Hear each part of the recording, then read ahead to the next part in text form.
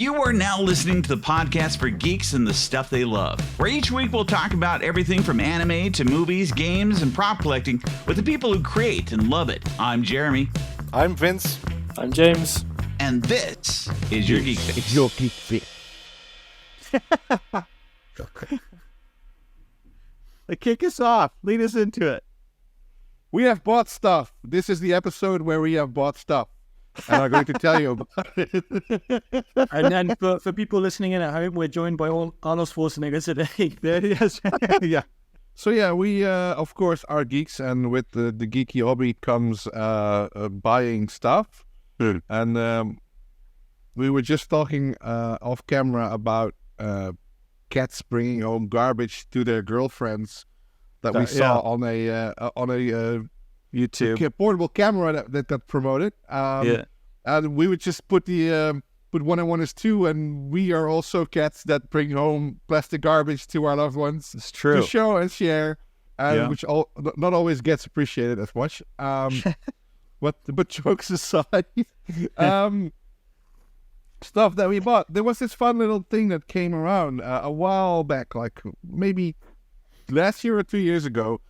I approached Jeromy about a little thing for an R2D2 build I'm still working on because it's in the garage somewhere. But we reached out to, Jeromy reached out to Prop Store and asked them kindly, there was an auction where an R2D2 leg at least was being sold that was used either on screen or... Oh, it was the whole R2.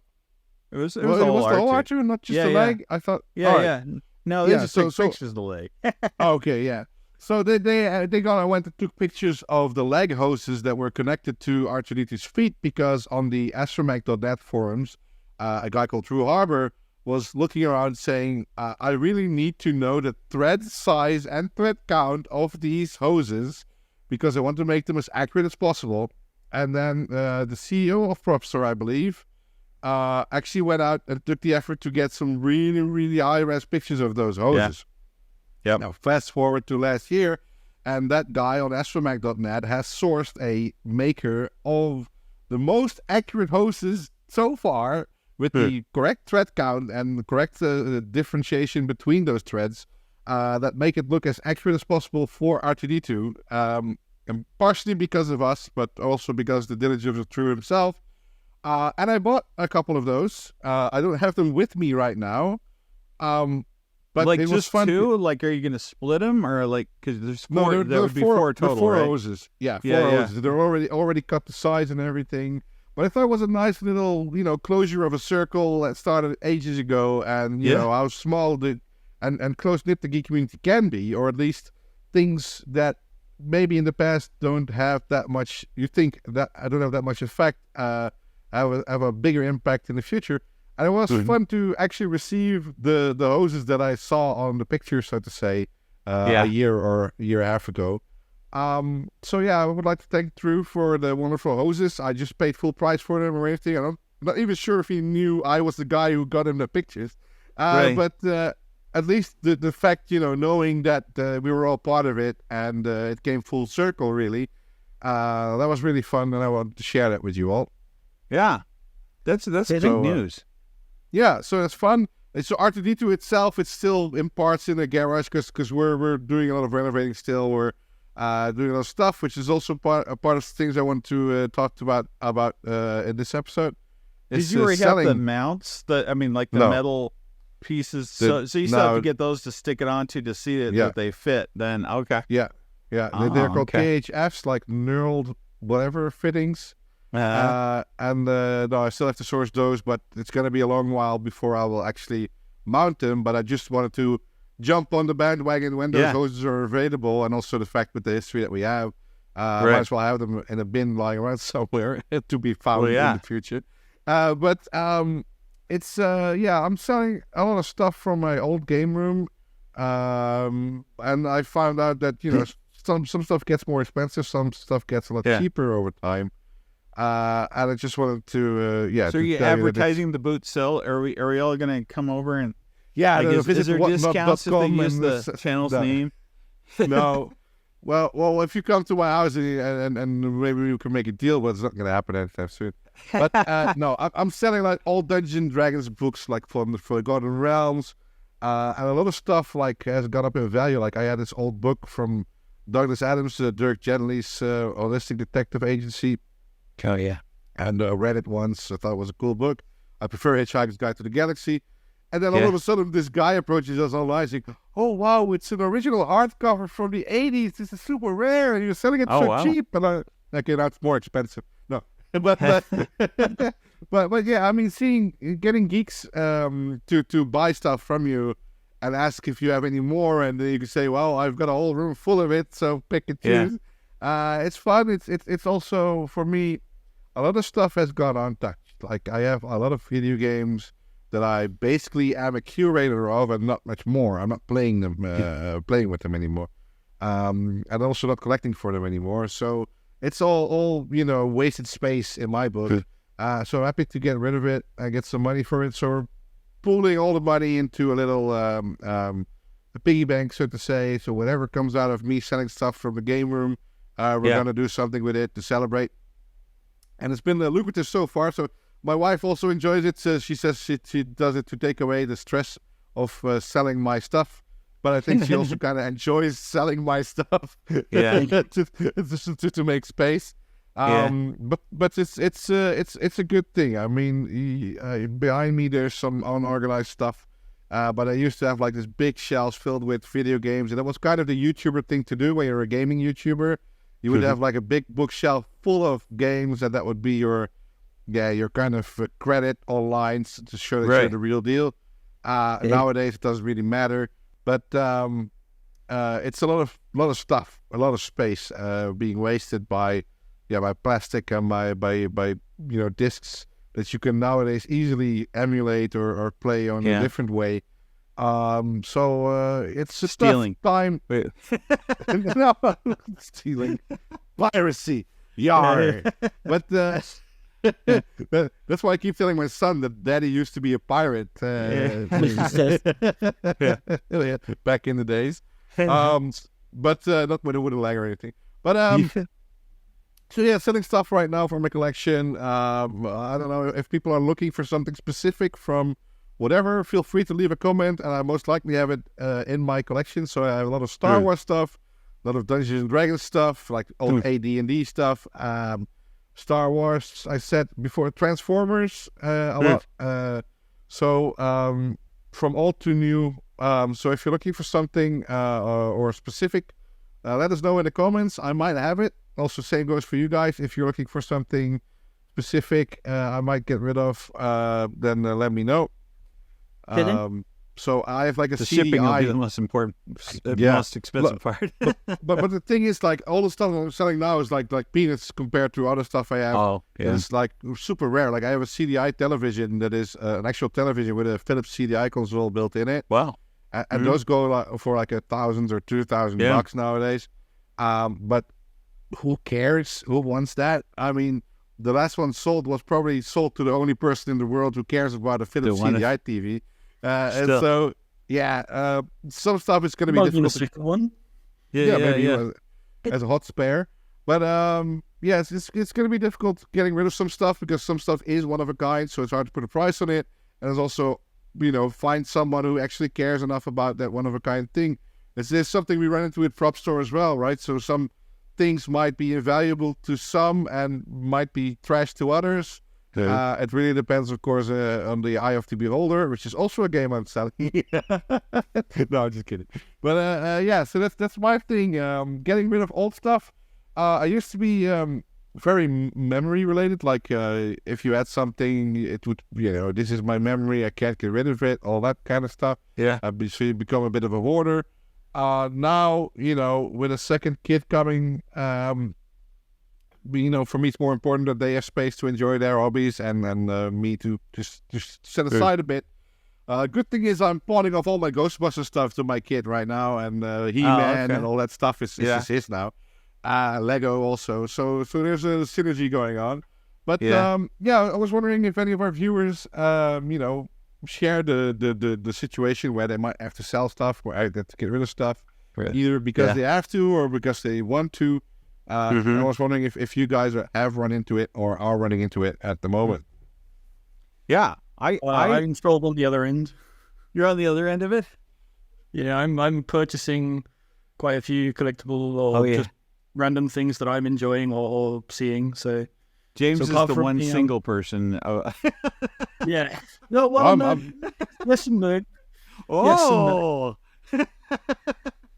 Yes and no. No official married status or anything like that. But still. Okay. Oh yeah, I like that. Spoiler warning, baby. Yeah. Yeah. So apart from the Iron Man helmet that I've mentioned in other episodes, and Jeremy's also mentioned in other episodes, I recently bought, and I'm waiting to receive, hopefully next week, one of the life-size portal gun replica, the NECA one models or actual props from made by NECA. Yeah. So I'm highly looking forward to that. Yeah. With the official stand. So yeah, I've got it. So here's my question for you: is if you go back in time, because I feel like I think this is probably really relevant to our channel and to what people write me on a daily basis. Oh, look, I still got air in this. Yeah. Actually, it's helium. Are you floating poops right now? Yeah. Hello. One thing that's pretty relevant to this channel and what people write a lot to me is the fact that, it's mostly about prices. Like either I hear one of two things. I get the people with that Millennium Falcon, which has 160,000 views now. I get comments about who would pay this much money for a model. Clearly aren't geeks that have bought other things that are kind of over there. But on the flip side, I also get a lot right now in relation to all the Bethesda stuff that's now been retired. Even the stuff that just came out that we were talking about last year, that came out this year, did come out this last year. And the newer Pip Boys and stuff. Yeah. Those were, how much did they end up being in the end? $250. $250, right. And now they're going for $800, and people are willing to pay $800 for them and stuff. If you could have gone back in time, James, for example, with yours, if you had gone back to when NECA first released that, and I think at the time, because I almost bought one, I think at the time here in the U.S. they were $70. Jesus. Oh, wow. So, and I mean, because this is quite a long time ago. Those came out a long time ago. This was, I think this was Portal 2 era was when they released it, if I remember right. Yeah. So I mean, that's how long ago we're talking. So, aperture science. At the same time, if you could go back in time and buy it then, even if you're like, I don't know, $70, right? Would you do it? Well, considering that when it was released and at the hype of it, I wouldn't have had $70. Right. I know, right? Yeah. I get that. Yeah, but this would be a good going back in time thing. So you get the DeLorean, you're going back. If I had what I had now, then yeah. But I mean, apart from that, loads of other things. It's the same way that you could say, I don't know, props from shows that you didn't know were gonna blow up or whatever. Right. Nowadays cost tons and tons and tons. But yeah, hindsight is obviously 2020. So oh yeah, but at the same time, we've all been there. I think we've all been there where it's we see this thing that comes out, I'm like, oh, that would be so cool to own. But I don't know. Maybe I'll get it down the road. And then they discontinue it. Yeah. And then you go on eBay and everybody's complaint is, why are these going for, which honestly, I agree. I brought this up before, up here, I've got that Ecto 1 that I bought when Afterlife came out, right? Before Afterlife even came out, that was released. It was a Target special. Anything that's a Target special, if you have a Target nearby and you can go buy it, I just go buy it. They have people that scalp these in advance. So I went online when they first were about to be released, went online to Target to buy one so I could go pick it up, and already they were sold out, right? And already before they were even released, so the people didn't even have them, that you could go on eBay and they were being sold for $300. So it's there's people kind of ruin it for everybody else. Scalpers, you know, because they buy up a bunch of stuff or they buy up the thing. This happened with devices too over these past couple of years. Also relevant to this channel, you know, like the the BlackBerry Passport. Oh yeah, yeah, BlackBerry passports. Yeah, actually, it's funny. I think our channel actually influenced the price of those for a little bit there. But, might have. Yeah, but I mean, on the flip side, yeah. Did you also ever thought something would become more expensive in the long run? And you, I mean, did sure. you buy anything like that? Yeah, I'm one trying of to my think biggest regrets is buying the Star Wars, the Old Republic MMO game. With the collector's edition, they were like $200-$300 or whatever. And I bought 2 of them. And what made the collector's edition special as far as physically, not so much game wise? There was this statue. I think it was McFarlane or something, or like one of those name brands of a Darth Malgus or something like an ugly burnt dude with a metal chin. And that was the whole thing. And then you got a 2-factor authentication fob that would give you extra stuff if you used it. So there's like this in-game land speeder that is costing a lot of money that you could buy then. And well, it's like the Starfield thing. I mean, you also got the Starfield special. You mean this sitting behind you too? Trash. This trash. Well, and you got the little suitcase thing too, right? I thought the case looked cool. I wanted the case pretty bad. Case looks cool. Yeah, but you can 3D print those now. But I haven't updated this one yet. Ever since it's empty, and I kind of misallocated the charging cradle thing. Because it's supposed to work like the Pip-Boy. It's supposed to work with the game, right? But when you first got it, it wasn't set up yet. I'm not sure if it does now, but it also even doesn't do the date correctly. Like I have day, month, year, and it doesn't do it. Just not where you are. Yeah, but in space, space, people should no, but yeah, it's trash. I've got to be honest on that. Trash. Yeah. All right. I'll just we'll throw have it to work in it the out. bin right I might buy it off you if you. Yes, I kind of regretted actually not getting it because it seemed interesting. Not so much because I'm into Starfield. It's still for sale in the Bethesda shop, though. Is it really? Yeah. Oh, I didn't know that. I'll have to go online and see. That would be a little less expensive shipping wise. Definitely, yeah. But I mean, like, I guess there's been some things that I as an example for me, when I was a kid, I remember working and saving up money. I was into the dinosaurs, the dragons and the wizards and stuff like that. There were statues, and there were some that they were supposed to gain value, and they were expensive too. They were really expensive. Yeah, like just actual stone even my statues. mom was like, if you invest in these, if you buy these over time, they're just going to gain value because they're limited edition, they're hand painted, right? And I bought those, and I've looked recently on eBay and stuff, and you can get them for like $5, and I paid like because they're bulky and heavy and difficult to transport. So I have like these statues that are worth nothing, but when I was a kid, I put all my savings into them. So, I mean, those things come along, sure, but I mean, on the flip side, I feel there's a lot of stuff that's the opposite with geeky stuff. Like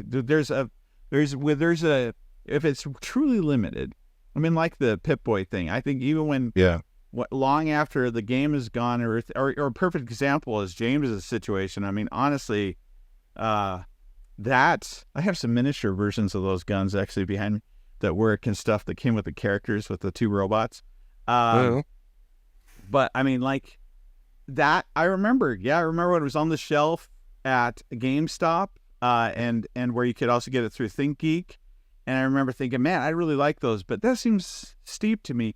The fact that they're going for that much money now, and I don't know that anybody plays the game that much, but it's more that it's iconic. It's kind of like Crash Bandicoot or something like that. It's more of a not Scotch-Yeo, what do you call it? It's nostalgic is what it is, and that's really what you're getting it for. Is just like, this is that thing that reminds me of something, kind of thing. I'm thinking of other things that are memories. Like that behind me. Yeah. What's crazy too, like this, I wouldn't tell Chris this, but I think might have mentioned it before. Well, you on did, here. yeah. You bought it on sale. Yeah. But then, as soon as they stopped, so that was the crazy thing. I think it's still true. Like, that's one place I would go, even online, is I would buy stuff at places like, even Bethesda, sometimes their stuff, when it goes on sale, they'll sell things to get it cleared out because it's not new anymore. And like this. And so they had this in the box on a table, on a discount table. And they're like, I can't remember what it was. It was like next to nothing. I mean, literally, it was next to nothing. And I bought it, luckily. And now these things go for over $1,000. Yeah. Especially if you have some of the ones that have the paint jobs, like the donut shop and things like that. What's that? I have the military fleet. Oh, do you? Yeah. I did buy a lot of money for. Yeah. But they're worth a lot. But you know, I mean, the craftsmanship is also. But it's also the craftsmanship. I mean, if you look at it, it's a really cool model, highly detailed. The packaging is in universe. Everything's great. So it's also the experience to buy for. One of the other things that I regret doing, is I had like episode 1 Star Wars. It was like, oh man, old Star Wars toys are expensive. You have to keep them in the blister. And now, you know, if you want to get like Anakin Skywalker episode 2 in blister, it's going to be like €2. It's not even worth the space in my house that I use the blister for. It's funny. Those sorts of things kind of have changed over time, though. So eBay has ruined some things. I think that was one of those things. Same with G.I. Joe. There was a time where old G.I. Joe stuff, old Star Wars stuff, it was worth tons, and you could go to shops where you could resell them. When eBay came out and people started seeing how many were out there for sale, suddenly the supply and demand changed. And now these things that we thought were worth a lot, now they're worth less, only because that's why my statues went down in price. Suddenly you could access something that you could only get in your local area, and there wouldn't be much of, and now suddenly I can get it from anywhere. And now it's not worth that much. With the Rebel Transport from Kenner, like the one where you could put your figures in. That thing only came out in America. That thing only came out in America. I spent my whole savings on that one at a Star Wars convention because it was 100 guilders even before the euro, which is now about like €220 or something on that Rebel Transport. And 2 sheep. You had to throw in some sheep on that too. And some beans, magical beans. And a blanket. And a blanket. But so and now they go like for $20-30 because everybody buys them up and you know. But on the other hand, back then it was a magical thing to discover old stuff. And I mean that's worth the price of admission as well. I mean, what I also think is because my wife has been selling some of my stuff from the game room, and I just tell her, okay, this is the amount I'm going with, kind of. But also, I mean, if it goes to a fellow geek who is happy with it, I am totally fine giving them a deal. Because there was this, when I was selling video games as a hobby, because I had like overstock because I bought a lot of stuff for my collection, I would go to like these flea markets or trade fairs or whatever and have a little stall and sell my doubles, so to say.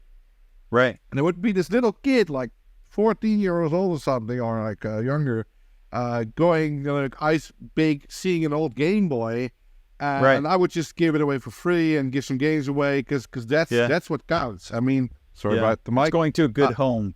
Yeah, it's going to a good home, and that's what for me is more important than money, because the amount I buy things at deals all the time, so the amount I spent has already been earned back with the fun I had with it.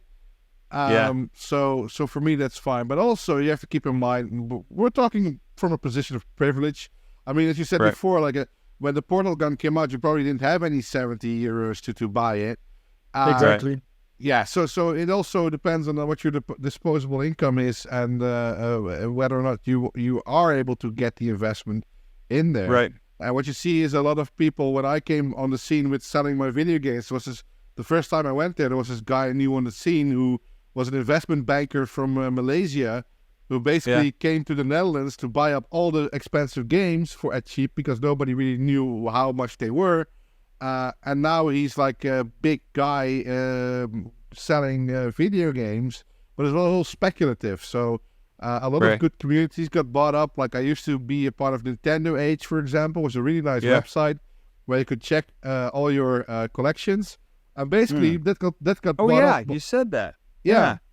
They got bought up by investment bankers or whatever because they had a database now of what actual rarity of stuff was, because everybody used it to track their collections. Right. And they just used that data, bought that data, basically, and were using it to figure out how stuff are going. So there's a Dutch saying that says, whatever the fool's willing to pay, so to say, that's the price for our geeky stuff. I mean, if you can get someone crazy enough to spend $30K on a boxed Super Mario game or whatever, all the best to you. But it doesn't mean it's actually valuable, because there's also the distinction between what is rare and what is valuable. I mean, it could be something that is one of a kind, but nobody cares about, or isn't even worth its existence in some cases. It's like the Beanie, the Beanie Baby thing. We've all been alive during that phase and stuff. If you saw that movie that came out with Zach Galifianakis in it, where he plays the Beanie Baby guy, he intentionally conflated things. Like they were never worth that much. There wasn't a shortage of them. They didn't make a limited amount, but he marketed it as if they had, to the level that people were literally killing each other to get them. Yeah. You know, I mean, like, you got to be careful that there's a difference between what actually has value and actually, you know, is rare versus what is, like, my son was really into, and he still, when he sees them at Goodwill or whatever else, the local, places here, he'll get all excited, which was, what was it now called? But basically, you got the figure and you'd plug it into the computer, and then there was like a virtual world that basically they interacted with. This is way back when. Skylanders? Like early 90s. What was it? Skylanders or something? Or no, it was before that. No. Before those. It was like called the emoji character things that, like, you could also like customize your own, wasn't it? Well, it kind of was like that. They were like big chunky plastic ones, and they literally had a USB port tied to them. Unlike the Skylander thing where you just put stuff on top. This was like big characters, and you plug them in, and there would be a giant one. They were called, it starts with an F. At any rate, Furbies. No. But at the same time, I just remember them always being like, this one's rare and stuff, and the site went down eventually. I mean, not enough people were involved in UB Funkies. They were called UB Funkies, which is probably tied in with that USB kind of piece, UB and then Funky. Oh wow! And, never saw those. Yeah, it was popular for a minute, but at the same time, like, you can still run across them now and then, and they'll be like, wow. I want to get that stuff. Like, you can't even access the program anymore. This is what I was thinking of. Yeah, I mean, yeah. So at the same time, that's out of my ballpark. I think of stuff more in terms of almost like the artwork situation is like you can purchase art, and it might gain value, but in the end, the question is it also something you'd want to hang in your house? Like a Picasso might be worth a lot of money, but I don't want to hang it in my house. Like, what do I want to actually use up my space with and stuff? So I mean, I still got that giant box over here of my hot toy that I got, which was not cheap.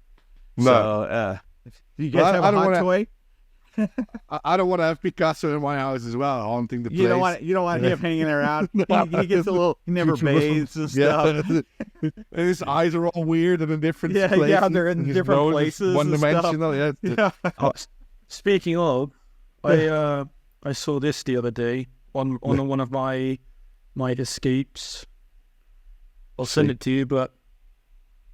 Oh yeah, an original Picasso. Wow. Yeah, it's like a physical version. Did you go to Malaga? No, this is in Guadalest. Okay. Oh. Yeah. Because the thing is, Malaga, we went there for a vacation, and all of a sudden, it was all like Picasso, everything. But basically, Picasso as a kid lived there until he was 5, and then he left for like other places. Right. didn't have anything to do with Malaga until his grandchild or whatever came back and said, I'm going to make a museum for my grandfather. And then all of a sudden it was like, oh, Picasso and Malaga are like a big thing now. And no, it's... Oh, yeah. Everybody's happy to jump on board. The guy doesn't even know the street name he was born on. But again, fair enough for Malaga. But so you could hang that. Obviously, somebody. I hung with Picasso because there was a golden statue of him on a like the Ronald McDonald one in our McDonald's episode. We could do the same thing with Picasso. You could take a picture with him. Yep. Yeah. Just to add quickly to like rare or rarities or collectibles or whatever. I have a collection of South Park plushies that I've had for like ages. Yeah, and like I remember one year, like for Christmas, I got a box just filled with them, and I was looking through it like a few years ago. Obviously not recently, but I was looking through it, and I have like a Mr. Garrison like with Mr. Hanky. I've got not Mr. Hanky, with Mr. Hat. I've got Chef. I've got like etc. And like I think my parents said that they got it for like €20 or like a secondhand thing. Right. And, like each one of them is worth like, stupid amounts of money. Yeah. Like nowadays, just collectibles. One man's trash is another man's. Oh yeah. Oh yeah. I mean, truly. Do we have trash? Yeah.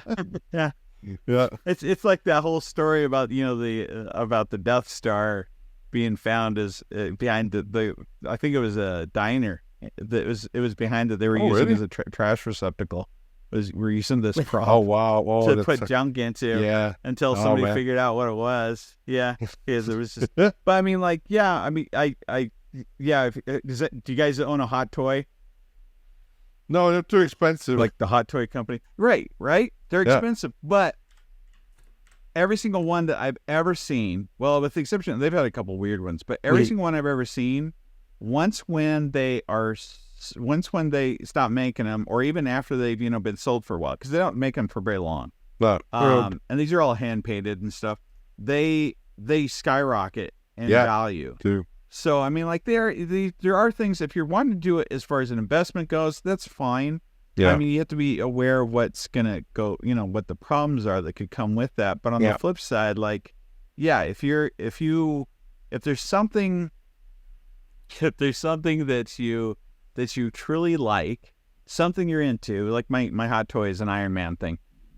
If you're really into it, you really like how it looks, it would be something you would use space to put things into. And it's worth that value or will gain value over time. Yep. Then sure, why not? Maybe I can justify that kind of expensive purchase that's going to be there for a while. That's the biggest versus excuse. Something I impulsively buy. That's the biggest excuse I always tell my wife. Like, it's going to be expensive when I buy it later, so I might as well buy it now. Same thing with like the HasLab stuff. The Hasbro really plays into that. Like, this is only a limited time that you can buy this. It will never come back again, which it did, because the backpacks, the Proton packs, came back from the vault, and people bought them recently. But all that limited stuff, But what I wanted to say is that if you can invest, try and do so. But also there is a shelf life to those things as well. There's going to be a time where you're going to find that odd toy somewhere being sold. There's also like there are two things I want to tell. Like Toy Polloi says, okay, you have to be patient, right? You don't have to get everything at once. He buys parts from very rare sets, and he takes ages to get a whole set, for example. But in the end, it cost him nothing but time and some money. That's right. The story we had with Joost in our interview was for Joost Assink, that he actually had to sell his own sets, never to be able to purchase one he made himself again. Those were hot toys, by the way, that he sold. Yeah. Oh, but also his own dioramas and own things he couldn't buy back again, because it was such a limited run, and his own stuff was so expensive, he couldn't get any of his own creations back again. It's ironic, because the dioramas he was building were for the same hot toys they had to sell. Yeah, exactly.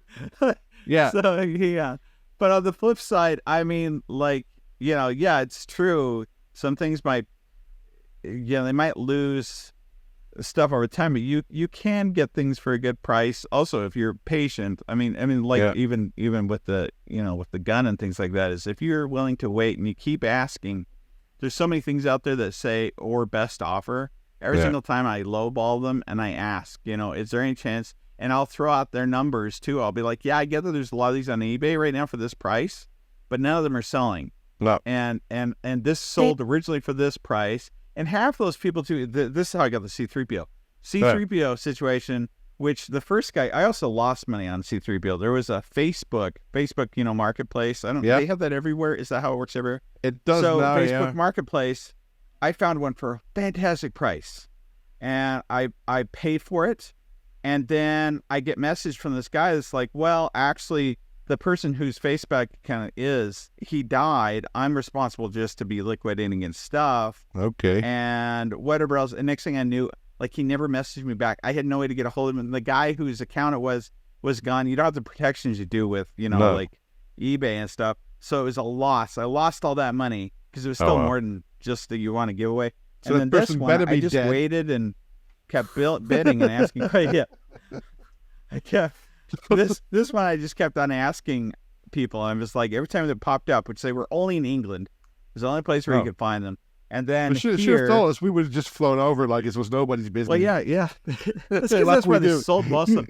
This scale, they only sold over there, whereas they had a shorter one that was sold here. Same name, same box. Yeah, but you have to have the big one in England, because otherwise Anthony Daniel's going to cry. Big choice. Big choice. But at the same time, so eventually I saw this one and I just messaged him and I said, look, I get that you're wanting, I forgot what they were asking, $130, that you want $130, which was still a pretty good price compared to other ones. Yeah. And I just said, honestly, I will pay today. I will pay $50 for it if you'll sell it to me, which is what it went for when it first sold. I will promote your eBay on this they channel. Said, yeah. but they took it. And so I got it, and I got it for the price I wanted. Of course, I still had to pay like $20 for shipping, but still, if you can be patient. The hot toy thing I got, same thing, eBay. I waited until I saw a good deal. My Millennium Falcon, I bought a broken one, and then I bought all the individual parts over time.